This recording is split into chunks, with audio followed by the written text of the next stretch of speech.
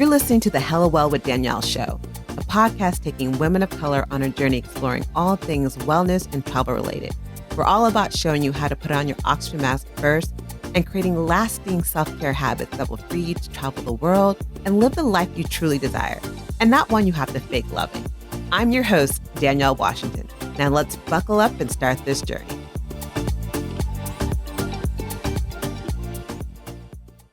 Thank you so much, Evelyn, for being here on the Hella Well with Danielle podcast. How are you? I'm doing really well. How are you? I'm doing good. I am so I love this conversation because I think this is a really good conversation. And I think weight and nutrition is something we think about, and we all try so hard to have this body and this whatever. And it just doesn't always seem to work. But before we really get into the meat of all this conversation, can you kind of just tell people about your journey, how you got here and, how you started Evelyn Fit? Well, I was a middle school English teacher for 11 years, and I thought that was what I was supposed to be doing, truly. I have a bachelor's degree in psychology and my master's in education. So, naturally, I thought that was just what I was going to be doing for the rest of my life. Flash forward in that time, I had children, and I had always been very active, but, post children, trying to get back to my healthy weight just wasn't happening. So I had actually worked with somebody who was a fat loss hormonal coach. And she taught me so much that I just wanted to get certified. From there, I also got certified in personal training. So I was teaching full-time, coaching nutrition part-time, and personal training part-time. Wow. With 2 children at home. So I was very, very tired.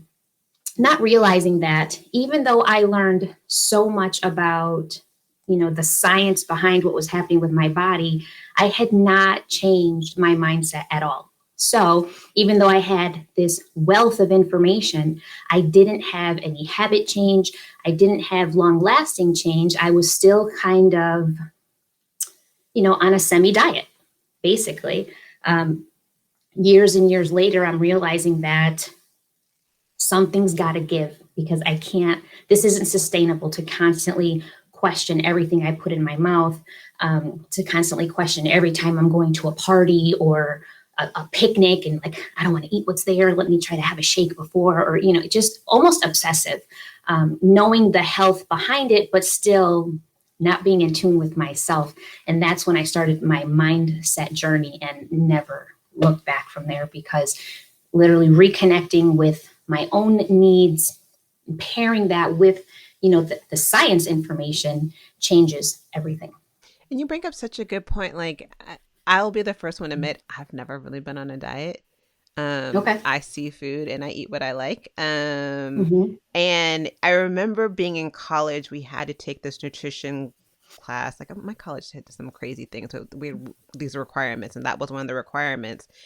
And I remember raising my hand. I was a lot smaller then. And I was like, well, how do you gain weight? And everyone looked at me like I had was the girl of death. I'm like, girl, that's a big problem, because Yes. I was very, very athletic as a child. Rest in peace to my athletic body.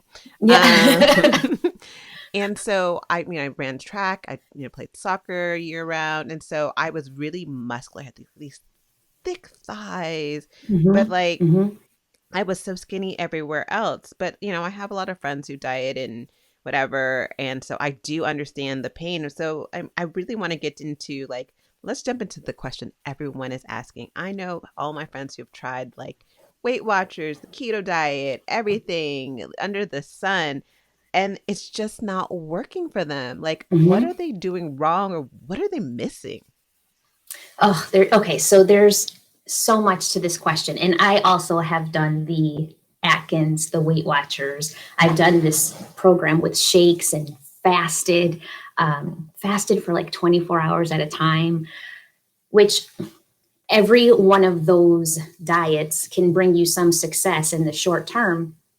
But, once that initial excitement of motivation, I'm going to do this thing, wears off, you don't have a plan in place for maintenance. You don't have a plan in your mind for sustainability. So I think that the biggest factor that we're missing is not only realizing that losing weight and changing your body has to do with so much more than just food and exercise. Yeah. Those are part of the picture. That's not the whole picture.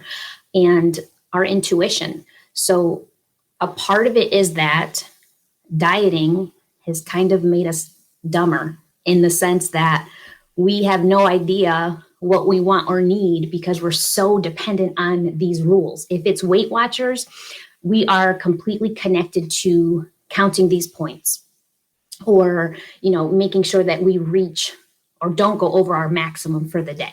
So our focus is now on counting. If we're doing keto, we're 100% focused on getting enough fat and protein in for the day and not going over that recommended amount. If we're doing fasting, we're trying to white knuckle through not eating for 12 to 24 hours. Yeah. But none of those plans incorporates how do I feel? Can I even recognize when I am hungry? Can I even recognize when my body is comfortable? There are very few people who can go on a diet and then sit down in front of a plate of food and not finish the whole thing. Because to them, Weight Watchers said, I don't know, my meal for lunchtime should be, I'm guessing, 15 points. Yeah. So you make that 15-point plate and you eat it. Or, going back all the way back to when we were younger, when we first started ignoring this part of our body, our parents told us, eat your plate of food. Yeah. Finish that plate of food.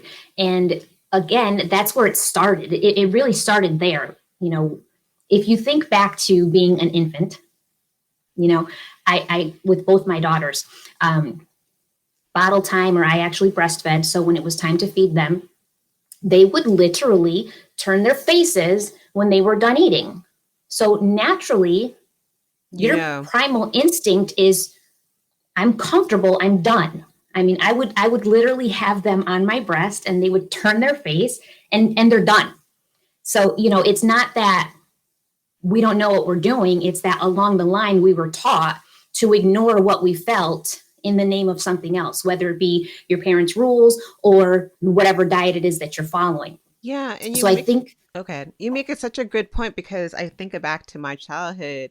So my parents are from the South and my dad was one of 8 kids. So he kind of eats this way where he kind of like hides his food, but he eats really fast. Like it was like, I mean, I get a feeling that food may have been a little bit, sparse back then. And I can understand that. But like, it was a clear thing of eating all of your everything on your plate. And it also reminds me of my favorite movie. Not my favorite movie, but like I hella loved Mommy Dearest. I don't know if you've ever seen the movie. Yeah. So, the whole, she has to eat the steak and, Christina doesn't eat the steak. She's like, I'm not eating that. And then it's there the next day. And my parents kind of did that every now and then because I would tell them, I'm like, look, I'm full. I don't want to eat anymore. And they're like, no, you need to finish eating. And like, I'm like, dude, I can't eat anymore. And they're like, nope, you're going to finish this plate. And I'm just like, what the F? We even had a little bit of, it was that we had definitely had that. There were 4 kids in my family. My dad had a much larger family, 13. My mom was of 8. So I do think there's some scarcity there around food that they definitely passed on to us. In our house, it was you're going to eat until you're done.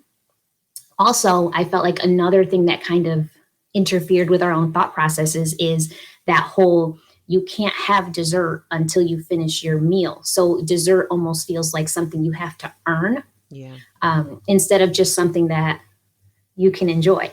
So and we didn't have dessert, so that wasn't an option. It was like, that's not it was a once in a while thing. Once in a while we had dessert, but it was definitely like your plate has to be completely empty in order for you to have that dessert. Yeah, it's interesting. So like my friend Crystal Taylor, who's Fitness Not a Game, I had her on the summit I did earlier this year. And one of the things she talked about, we exercised and she worked my ass off. Yeah. And so like after, and it was just, I didn't even think anything about it. And now I totally think about it. I was like, oh, okay, great. Now I've worked out. I'm going to go treat myself to, some a popsicle. And she's like, you're not a dog. dog, you don't treat yourself because you worked out. It's not Yes. because you work out. There's like, now that I've worked out, I can get this. There's no this, this reward that we do, Mm-hmm. treating ourselves. And I'm like, oh, you make such a good point, because so many of us think, oh, I exercise. That should count for me getting these extra donuts I'm gonna get. And like, Mm-hmm. can you Mm-hmm. like, I gotta believe there's some kind of craziness in the mindset of thinking, you exercise, or I've had a good day. Now I can go and cheat this other way. Like, I gotta believe that's not helping us. Yeah, I feel like there's this whole connection between our food and our guilt and our shame and our reward system. So, opposite to what you're saying, I also think that there are people who believe that if I ate this donut, I now need to almost punish my body Yeah. with an extra workout.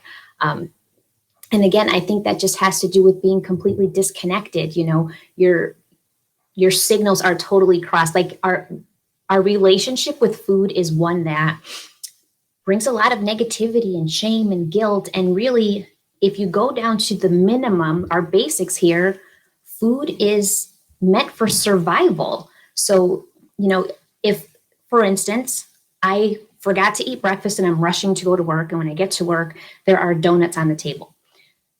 Some people would feel horribly guilty for eating that donut because it's sugar and I shouldn't have it, right? Yeah. But the fact of the matter is, if I'm going to go 7 hours without eating and my only option is a donut, then guess what? That donut is good for me because it's going to keep me from getting nauseous. It's going to keep me from getting shaky. It is what's giving me sustenance in this moment. It may not be the salad you were thinking of, but it's going to keep you from now until you get home.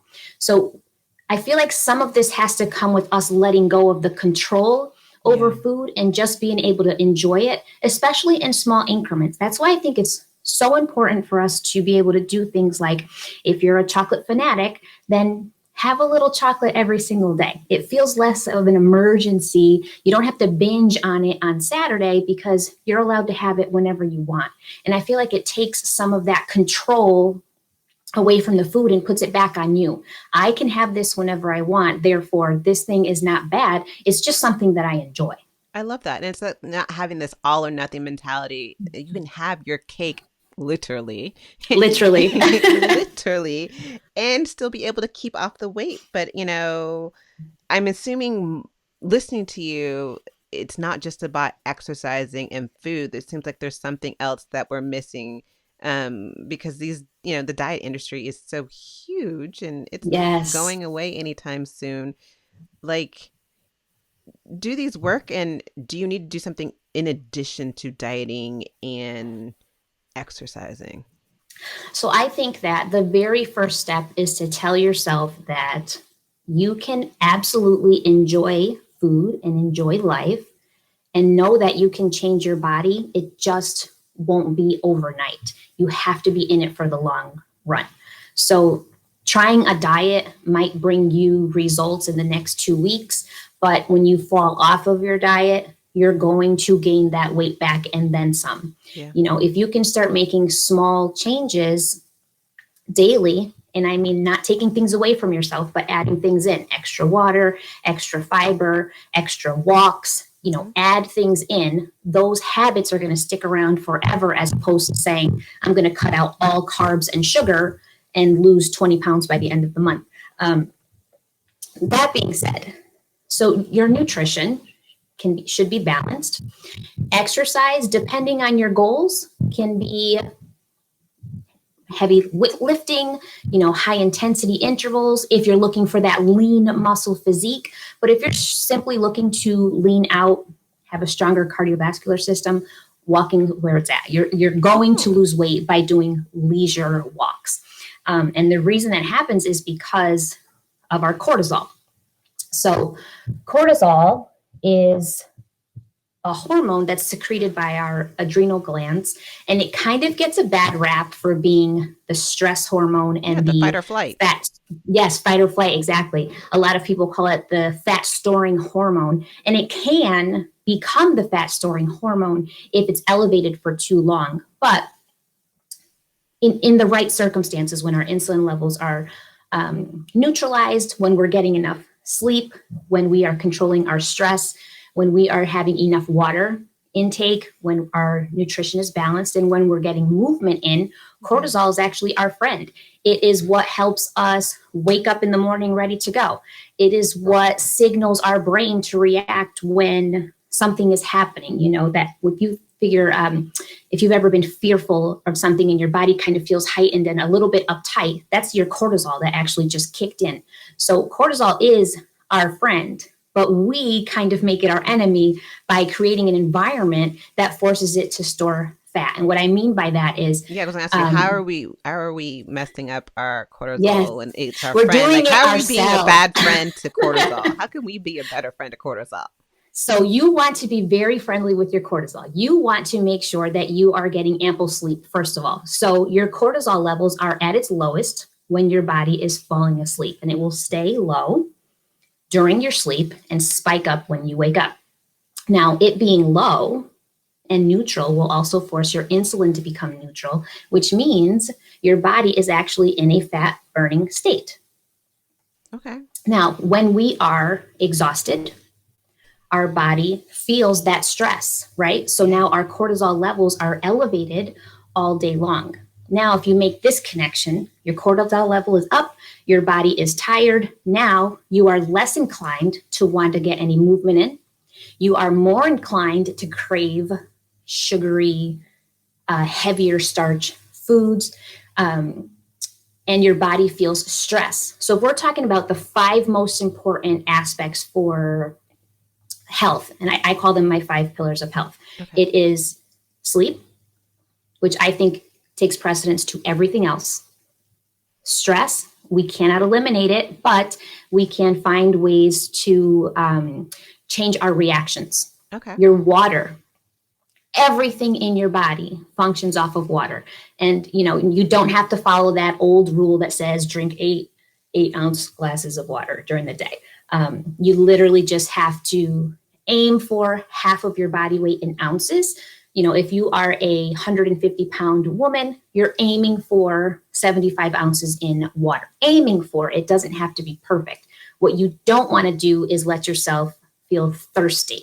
Yeah, I was Once going to you're ask you starting, about the whole water thing because, I've heard so many different things between you should have 8 glasses of water, and then I went and saw a kinesiologist who had me drinking a gallon a day of, I think it was distilled water. And does it matter what kind of water it is? And so it's just like, I drink water because it actually is the drink I kind of prefer, so it helps. Mhm. Um, but I'll be the first one to admit, I know I don't drink probably enough water Mhm. because I'm definitely not getting 8 glasses, and I'm sure the hex ain't getting a gallon anymore. No. But yeah, I just don't like you hear, oh, water's so important, water's so important. Can you explain what really, like, I know you talked a little bit about your body weight, but like, is water why is water so important? Like, kind of give us the So, deal. I mean, if you think about the human body in and of itself, it's made up of 60 to 70% water. Yeah. You literally cannot function without it. So, when we're talking about its importance, we're talking about every single thing that you do as a human being is based on the fluid in your body. Not to mention, your organs are also up to 70% fluid. Your joints are lubricated by your fluid intake. Your oxygenation is put into motion by Yeah. your fluid intake. The fluid that protects your brain is increased with your water intake. Your whole body is dependent on the amount of water that you put into it. But that being said, it doesn't have to be like a specific measured amount. I am not Does it going to matter drink a what kind of gallon of water water? a day. It depends on where you live. Also, I know my parents live in Florida, on the West Coast, and you cannot drink their tap water. Ooh, yeah, I've been in I places where know tap it's water is so nasty. so bad. I live in Connecticut, and our tap water is filtered with fluoride. So when you sip on it, it tastes like distilled water. So I can't say if you're choosing between, for taste, you drink what you drink, but the fact your body needs the water. But like So I there's would like say don't. electric like water, there's pH water, like there's all these Yeah, different types of water. yeah. Um And like I'm a Whole Foods junkie. And so I'm like, Love Whole I Foods. look, I'm like, I look at all these different waters and I want to do better. And I'm like, I just don't know. I'm like, should I get the distilled water? Should I get the smart water? Should I get the water electrolytes? Should I get the pH plus water? Like, I look at those different things and like, because I want to do better, but I'm not still sure which one is the right I mean, one. so your body literally just wants to be hydrated. Yeah. So if you're going to go with the baseline spring water, that's totally fine. If What if I you're wanted looking to at, upgrade the body? if you want to upgrade your body, so you can look at if you're very active, especially like if you get very sweaty during your workouts, an electrolyte water is a good option. Okay. When you say the waters that have like lower alkaline, that has a lot to do with, or the pH, excuse me, that has a lot to do with diets that follow low alkaline, low acidity. Ah, I didn't know that. Yeah, so there are some programs that recommend like having very little alkaline in your body, but that's not for everybody. I mean, I'm drinking a regular purified bottle of water right now, nothing fancy. And I'm drinking my tap water. But what's So, interesting is, and so I'll tell you a little bit about this. So this is a copper water bottle. I don't know if you heard about some of these things. And so with drinking out of this bottle, and they talked about there's, energetically, it's been had some other energies, and it's supposed to be good for your hair and nails and a bunch of other different things, your immune system. And so like I've looked at stuff like this.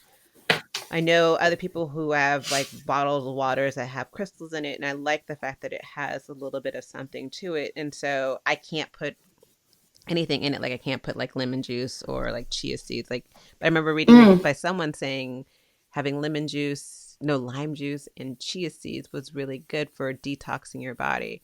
It just tasted real ass nasty. Like once you've had those chia seeds sat there for a while, I that know. that ain't right. That Yeah, ain't right. yeah. You have to like guzzle that really quick. Yeah. I mean, once you have, if you have it right away, you're solid. You let it sit for a bit. Nasty. Yeah, yeah. It's just like a thick little. Yeah, I can't. So this is awesome. So I'm playing myself buying all this overpriced water for no freaking reason. I love Yeah, I you. mean, if you're looking at it, your body it just needs to be hydrated. You don't want to feel thirsty. You don't want to let yourself get to that point where you're like, ugh, looking for water. You've already started to dehydrate at that point. Yeah. And once you're starting to dehydrate, now your cortisol level is starting to increase because anything, even if you don't feel stressed out, if you're laying on the couch relaxing and you're feeling thirsty, your body is still getting a stress signal. It needs something that it's not being given. And I'm constantly dehydrated, or I'm doing better now. So like every morning I roll over, instead of rolling over and grabbing my phone, I roll over and grab my bottle of water. And that's like usually the last thing I have at night. But I have notoriously had migraines all of my life. And I've known a lot of it has been from dehydration because I'll be in these hot places and I don't drink. So that goes back again to my childhood where we couldn't drink until we finished our food. Yes. Great. I might not, because everyone looks at me crazy when I say this, because I'm like, this is what happened in our household. I don't know if our household was just crazy, but that's what it was. And so I just don't naturally drink a lot because, I had to wait to finish my food. And a lot of times I didn't even finish my food, then I couldn't have the drink. And it was just this weird kind of dichotomy. I don't know.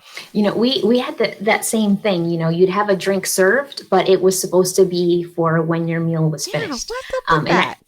I don't know. And I remember even on the rare occasion that we actually went out to like a restaurant, you would order your meal. The waitress always has you order your drink first. Exactly. And like we'd take a sip and my parents would be like, that's it.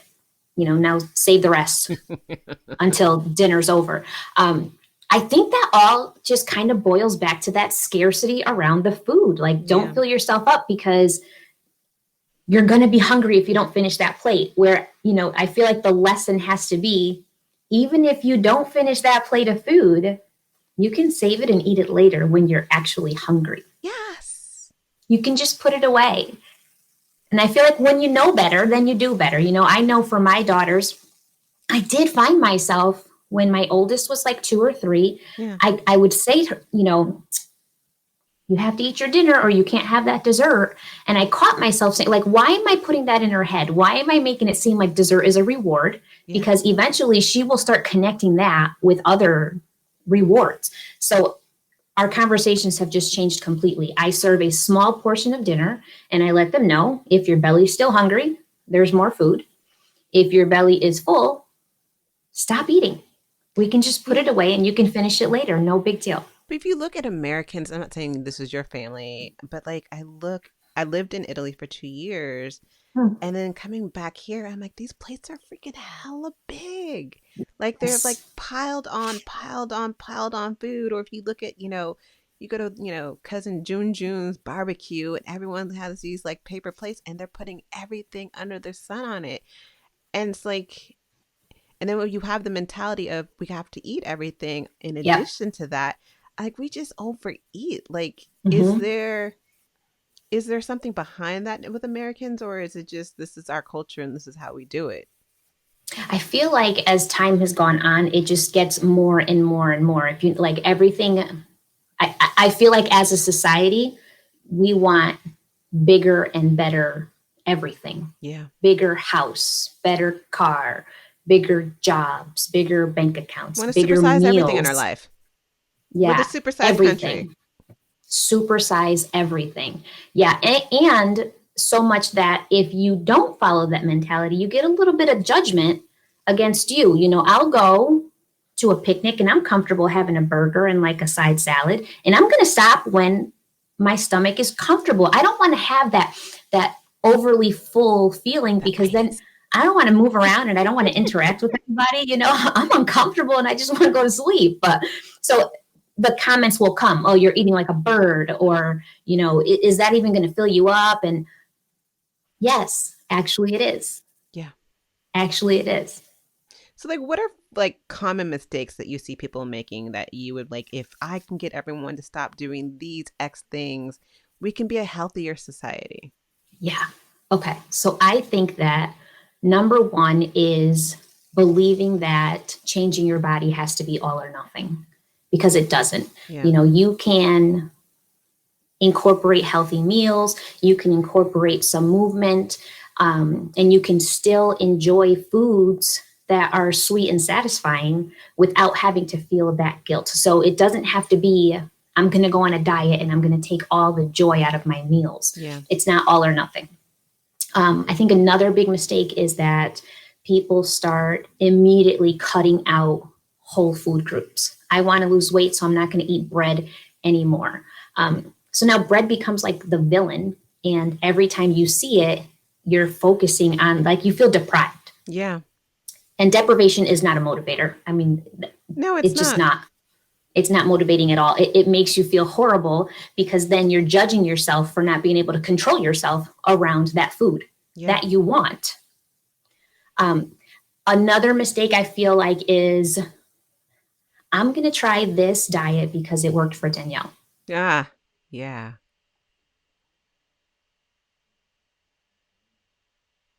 The diet's not the issue. I am. So if I could just be more motivated and disciplined like Danielle, then it's going to work for me too.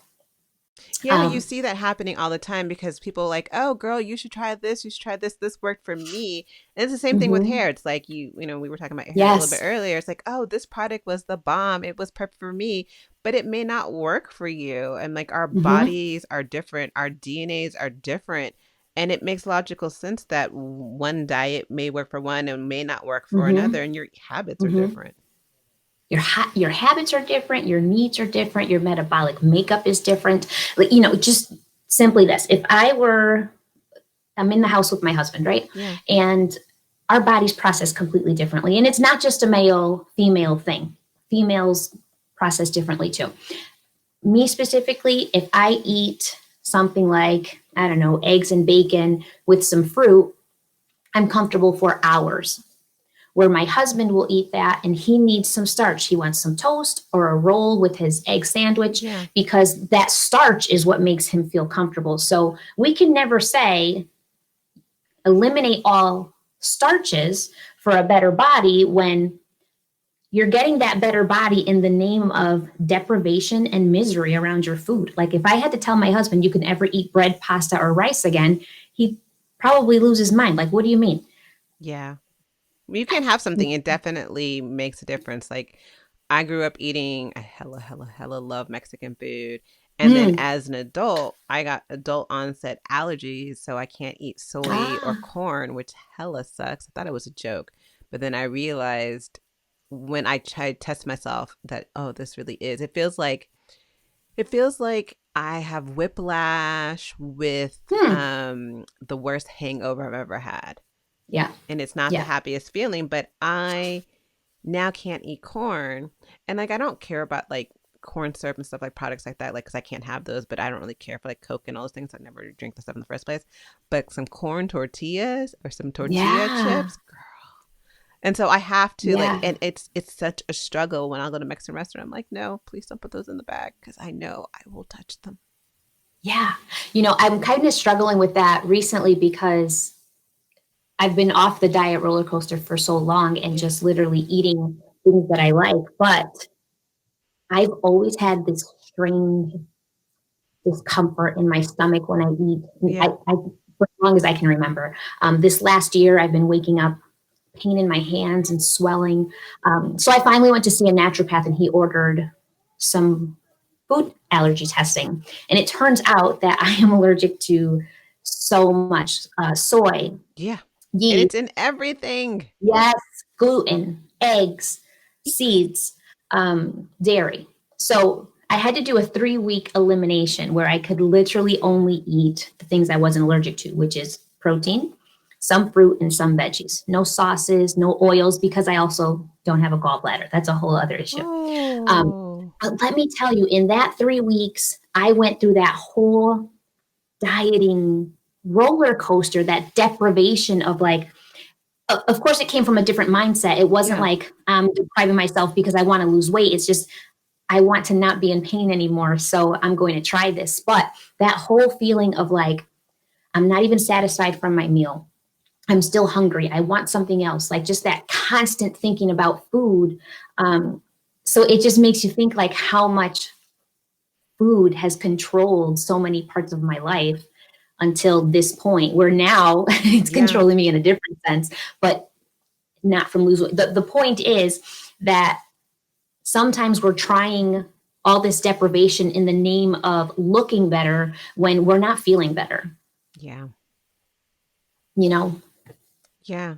And I mean, it just sucks. I mean, the extreme of it is going people who are bulimic and other things like that, and we Yeah, don't have to yeah. be to that level, but we put our bodies through so much to get Hmm. to this size, and like we'll do all these diets, and I just feel like we're still unhappy. Like you made this Yes. quote. What was the quote? Sorry, I wrote it down somewhere. So it was like you're like, you'll be a smaller version of your unhappy self and you're Yeah. still going to rebound. I was like, that Yes. was That powerful. is the truth. I mean, if you can break it down and say to yourself, like, what is it that I really want from this life? For me, I want to have a strong relationship with my husband. I want to have a happy, healthy family. And I want to be the best role model I can be to my daughters. Yeah. So I ask myself, if those are the things I want the most out of this life, and that's what makes me feel fulfilled, would I get those things any differently if I were thinner? Like, No. no. My size literally does not affect my goals in life. So why for so long did it control my every thought? And I see so many women like go on these harsh hearts diets before the summertime. I'm going to lose X amount of weight so I That can look good summer in a body. bikini. Yet summer body. Why? Does the water feel different on your skin when you're smaller? Yes. I Do love you that. enjoy the pool differently when your body looks different? No, it's hot. You get in the water and it feels damn good. And especially if you have kids, they could care less what you look like in your bathing suit. They just want you to be outside with them. Yeah. I love that. I mean, Yeah, like you, and basically what you're saying is like you can't be happy or healthy with external stuff. It all comes from within. absolutely. Absolutely. I feel like we force ourselves so hard to get these ideal bodies because we believe that's what's making us unhappy. But the second we lose weight, if we reach our goals, we're still going to feel that unhappiness because we didn't deal with what was really bothering us. We didn't deal with, why we're making those choices. We didn't deal with why we have this negative relationship with food. If you didn't handle the real issue, like you said, we're going to be a smaller version and still unhappy. Yeah, and it sounds like I hear you, and like I'm listening to all the different pieces of all the things you need and all these different things, and these quick fixes can work, but you're still going to rebound, and because you aren't hitting the core of what the situation is really of what you're Mm-hmm. going through. And it sounds like a lot of this is coming like when you're trying to change your body, you can't change your body from a place of hate, but like it's a mindset. It sounds like mindset is kind of like the real, it's like exercise, nutrition, sleep, water, and mindset. Yeah. Yeah. So I feel like mindset has to change first. You can start making like small incremental changes that will benefit you physically, Yeah. but once you change your mind, your body will follow suit because you will naturally start making choices that feel better to you. Once you are focusing on how you feel, focusing on your intuition, focusing on how your meal actually makes you feel. Was I satisfied by that? Am I comfortable after I eat this meal? Did I even like that meal? Yeah. Once you start focusing on that, then you're more inclined to make decisions that help you keep feeling that way. Yeah. Um, you're not going to like deprive yourself and follow this diet and reach this goal weight and then poof, wake up and say, look at that shit. I am happy today. And that's what putting off your happiness. I was talking about that earlier this week. It's like we keep putting off our happiness. I'm going to be happy once I get to a certain weight. I'm going to be happy once I Yes. get that job. I'm going to be happy. Girl, please stop. Because if you keep like putting parameters, once this happens, Mm-hmm. then I can be happy. Mm-hmm. Okay, when you get that, you're most likely not going to be happy because you're going to put another, it's like you keep pushing the Yeah. goal further and further away to the point you die and you're like, ah, dang, I missed them. I I missed on my wish I would happiness. have. I wish I would have. Yeah, I wish I would I have. wish I would have. You made a good Yep. point earlier, and I wanted to go back to that. You talked about making incremental changes versus Mm. like big changes. Like, because I know a lot of people like, especially the beginning of the year, they're like, all right, it's body, get my Mm-hmm. body. I'm gonna see New Year's, new me. I'm gonna get myself right. They cut out everything. They try 50 million diets, and it seems like I know in habit changing in general, that's not a good idea. No, no. And again, that making so many changes so quickly just increases that cortisol level. Your body is under stress, mental and physical now, because you are making changes and eating foods that you don't necessarily even want or enjoy. Yeah. That's a form of stress. You are feeling deprived. That's another form of stress. You may not be satiated by these meals. That's another form of stress. And then you're adding in these very intense exercise for long durations of time, which is another form of stress. So essentially, you're doing all these things in the name of changing your body and making it smaller, but you're actually stressing your body so much that it potentially is going to have to feel forced to hold on to all that fat. Because Yeah. when your body is in that state of stress, your cortisol levels increase so much that it feels that fight or flight and like I have to hold on to everything because something is not right. Something's not right. Yeah. So those small changes are what's going to be sustainable for you, and it's going to be what leads to lifelong changes. It takes 21 to 28 days to formulate a new habit. Mm-hmm. So I try to tell, especially when I work with clients, the very first thing we do is choose one thing that they're going to add into their day. I Is there don't something care that if you it's recommend for water. all clients, or is it really based on each person? I think each person is different. Some people um, feel completely at a loss. And once in a while, I will recommend doing some calorie tracking Okay. just because if you've never done it before and you don't know what you're actually taking in a day, it's kind of eye-opening to see like I'm taking in this in excess and I still don't feel good. So sometimes I recommend that for a week or two only, and pair it with being mindful. And I mean literally questioning yourself when you sit down and have your meal, Yeah. when you get halfway through your meal, like be present and question yourself. How am I feeling right now? Am I comfortable? Have I had some water? Could I eat more? Okay. I even recommend when you serve your plate of food, eat 3/4 of it and intentionally leave a quarter of it. Just so Okay. that you can break that habit of, I have to finish this plate of food. And you can see for yourself, generally 20 minutes after your meal is finished, you're like, wow, I am totally comfortable and I would have eaten that and not even have needed it. Like So it's have a kind of eye blink. opening in that sense. Like leave it there, come back. If you're hungry, by all means, come back to it and finish your plate. But 9 times out of 10, you're going to notice it was there and I didn't even really want or need it. Oh my God. So making small changes like that, making yourself tune back into your needs. I feel like another huge thing that we do is we eat on the move, or we eat like speed eating on a break, or Multitasking, watching TV, doing multitasking. everything but paying Yes. attention to what we're doing. The television, the scrolling through social media, Yeah. all those things are taking you away from your very intuition, what your body needs to figure out if it's actually comfortable with that meal. So if you're eating in distraction, you're never actually paying attention and you're just going to eat everything that's there regardless because it was there. Yeah. That's when you notice, 20 minutes later, you're sitting down and relaxing on the couch and it's like, oh my gosh, I have a stomach ache. I overate. That's Yeah. because you ate completely distracted. Yeah, and our body knows. Like the Mm-hmm. more I become more in tune with my body, the more I understand, oh, don't eat these things or don't go here. Like I just listen more and I've noticed the difference. Like my body will tell me like, B, I think it's time for you to drink something. Yeah. Yeah. Or it's like, oh, it's time to like don't eat that. Like sometimes I'll eat certain things and my body's like, no, Uh-huh. that's not for you. Mm-hmm. So you need to, and I'll just stop. And it doesn't always make logical sense because I'm just like, but I kind of Mm-hmm. like this.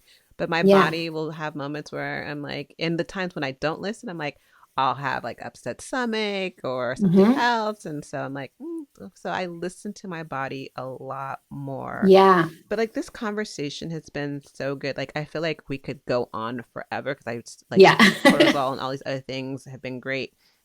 I hella appreciate you being on here. Um, I I know that love this conversation. this is so good because I think we this is something that we're always trying to lose weight, but you're wondering why it's not working. So I love that you've answered. Why aren't we losing the Mm-hmm. weight that we Mm-hmm. even though we are trying everything? I know you have a bunch of things coming up Mm. soon. I think you're doing a So I actually created a program for moms yes. who are looking to get off that dieting cycle because, like me, they were just done with the mental parts of it. So my program is based on mindset, intuition, and the 5 pillars of health. That's being released the first week of December. Okay. Um, and So you I don't have a link for that also just yet, but you'll have a link coming up soon. I do have a link actually.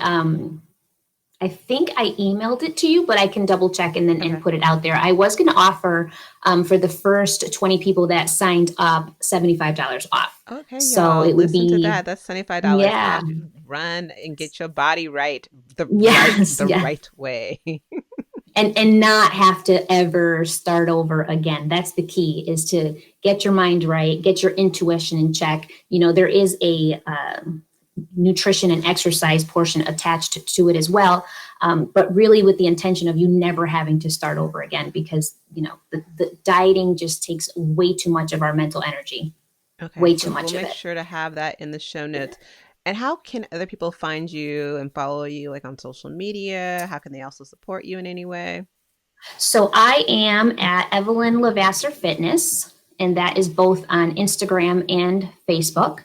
And my website is evelynfit.com. Love it. I love it. So every guest I ask these quick fire questions. I don't know if you've listened. Okay. So everyone starts freaking out when I say them. Like, it's easy. I'm not gonna like ask something hard, but these are questions I like to ask. So All right. you ready? I'm ready. Okay. First question is, what does living hella well mean to you? Oh, it means eliminating any stress that comes from the outside and just feeling good. Ooh, I like that answer. Mm. All right. Aisle or window? Ooh, window.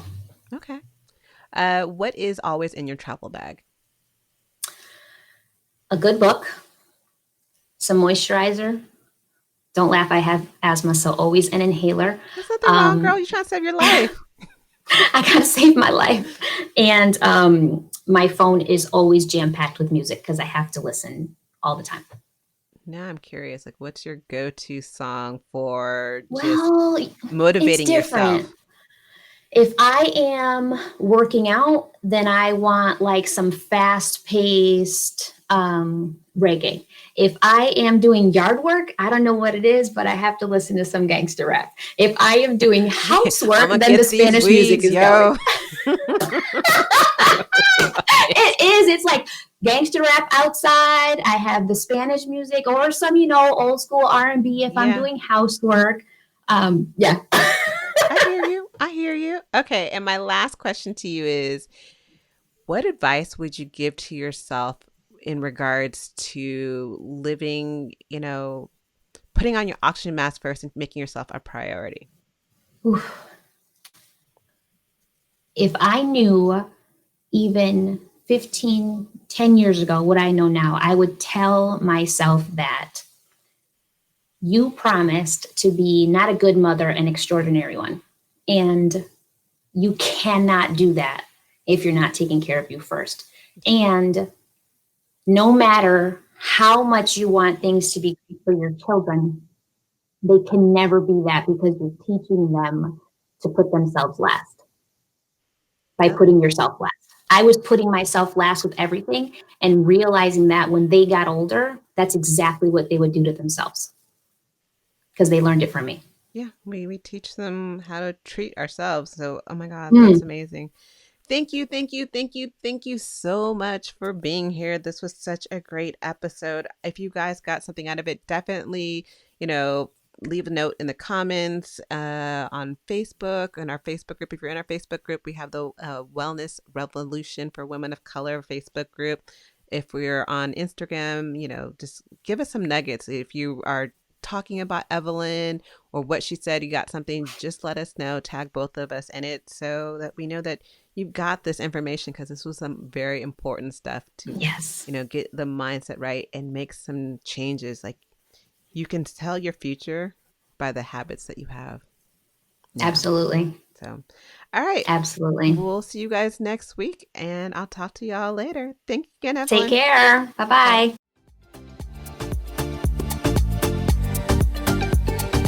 Thanks for joining us this week on the Hello Well with Danielle show.